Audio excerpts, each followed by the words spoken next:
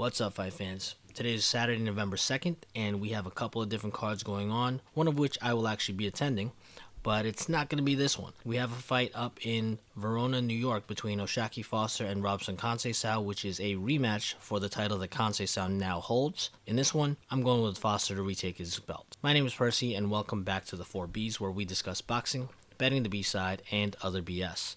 If you want to make sure you don't miss any other episodes or predictions, please hit like and subscribe. Getting back to that fight upstate, last time around I had Conceicao winning. I thought, hey, he's an Olympian, he's been challenging for the belt and coming close, he's going to get it this time, he's got the goods. But he ran into a superior technician in Oshaki Foster, who definitely doesn't have the same amateur pedigree, but clearly outboxed him from pillar to post last time out. The funny thing is, we won that bet, largely with an assist from two judges who probably were the only two people on the planet who saw Conceicao as winning that fight. If you saw the reaction of Foster after the fight, the man was distraught and could not believe what was happening to him. He was on the verge of tears in the ring. And I think because of that, you're going to see a different Foster come into this ring. He's not going to allow this to go to the bell, and he's going to win by KO or TKO. FanDuel has it at plus 320, but you get a better value at DraftKings at plus 370. And actually, that's going to be kind of a common theme. DraftKings, again, this week has better values. In some other fights that'll happen earlier in the night, we have Abraham Supernova in his get-right fight against Humberto Gallindo. In one of the fights that Gallindo fought in the past, he fought Raymond Muratalla, and he lost on a series of body shots where he straight got counted out on one body shot in the end of the fight. If you watch Supernova fight, you know that he throws a ton of body shots, so I expect him to do very much the same and end this fight via TKO or KO on a body shot. They're not going to offer you something with a body shot, but hey, I'm just throwing that in there so you know. If it happens, you heard it from me. Speaking about Raymond Muratalla, he's actually on this card as well, and he's going to be fighting a guy named Jesus Perez. Muratalla, I don't follow him too well, but his kind of like career is kind of plateaued a little bit. He was a rising star, a big name that was coming up and was going to be involved in this whole thing. I think that this fight is probably not the right showcase fight for him. Jesus Perez is a guy who takes people the distance, and I think that's what's going to end up happening here. I think Muratalla is going to win this fight, but it's going to be a fight by decision victory. Now, this one is one where, again, you can get it better at DraftKings at minus 135, and on FanDuel it's at minus 195. I also didn't mention that the Abraham Nova fight is only on FanDuel and at minus 135. So both of those two things to me are more like parlay pieces, but you can put them together along with the Oshaki Foster to win by KO or TKO and get a nice little payout off of that if you do that. So I'm drinking out of my, you can see it, my Manny Pacquiao mug over here. Me, when I put up a photo, if I have the credit available, I'll give it to you. So in this case, this is from a photographer named Stephanie Trapp, who does primarily boxing. You can find her on Instagram at @TrappPhotos. That's TrappPhotos. Check her out. She's got some really good stuff there.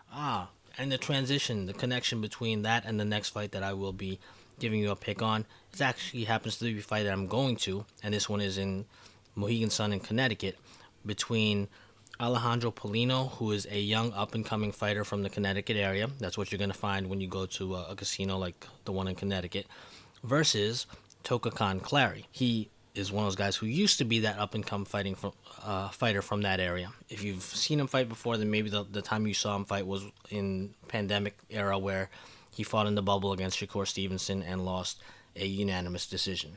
He's only fought one other time since then and won via knockout, but you're talking about 2 years in between, and now he's about 33 years old or something like that. But Toka Khan Clary, I always root for these guys because he's also a guy who fights out of the Wild Card Gym. There's a connection between Manny Pacquiao. He's at plus 550 on DraftKings, which is the only one of the two that offers the line, so that's where you'd have to bet it. I'm not saying go ahead and expect him to win this fight, but I've seen Paulino and his record. I've looked at some of his fights. He's got a puffed up record against guys who are not on the same class as Clary. So I don't think it's crazy to think that Toka Khan Clary can win this fight. So that's what I'm going to put some money on at plus 550. There's also another fighter out there that I want to talk about. His name's Jahai Tucker. He's going to be fighting a guy named Calisto Madera. You'll notice that when we have him coming up on fights, I'm really looking for ways to pick the guy opposite him because I don't think very highly of Jahai Tucker. I clearly don't think as highly of Jahai Tucker as he thinks of himself. If you've ever watched him fight, he seems to showboat a little bit and think that he's really all that good. Well, he's already taken a loss on his record and against a guy he shouldn't have. And I keep on looking for the next guy who's going to do it. Unfortunately, I don't think Elisto Madera is the guy to do it. Madera is going to be coming forward against Tucker, but he comes forward and then starts backing up. He gets pieced up. Eventually, he's probably going to get stopped by Tucker. Maybe he makes it to the final bell, but I don't think he's the guy that's going to do it. But I'll make sure to let you know if I do find that guy in the future that's going to upset Tucker and could put a little more money in our pockets by doing so. Finally, last thing I want to say is talk about Tim Tszyu and his fight versus Murtazaliev. Look, man, that fight was a really interesting fight, and one where when Tim Tszyu got knocked down, I thought, man, we were live on that bet for him to be dropped once and win by KO, because I knew that fight was not going to go to the cards.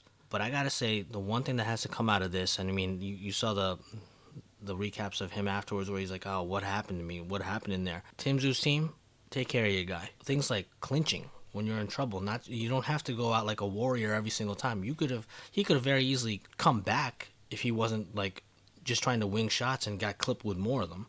But that's not what happened. And I mean, this is after you had changed up things on him when Keith Thurman couldn't fight, and you replaced Keith Thurman with a guy who's like a foot taller in Sebastian Fundora and left-handed on short notice, and said, hey, he can handle that. You know, even though Tim Tszyu is going to say, yes, I can fight anybody, he's probably going to say, yes, he could fight like Tyson Fury if you threw him at him. You're the guys who are handling his career. Look out for him. And make sure that he is able to fulfill the potential he has and not have it cut short by taking unnecessary risks like that. I mean, we want to see a good fighter. We want to see an exciting fighter. But we don't want to see a guy just get beat down because he's not taking the proper steps to move his career forward. That fight that we saw a couple weeks ago, I think he could have won and should have won that fight. There was no muscle memory in what happens to me when I get hurt. There was nothing there. There was nobody in the corner who was going to kind of like calm him down and tell him, hey, let's try circling, let's try clinching, let's try like buying yourself some time right now. You don't need to be trying to land a big shot right now when you've just been damaged. Let's get yourself to recovery first. This episode, what you end up seeing might be a little bit rough because, like I said, I got to head out of here and get up to Connecticut to be able to see that fight card up there. Good luck in all your bets tonight, and we'll circle back again afterwards.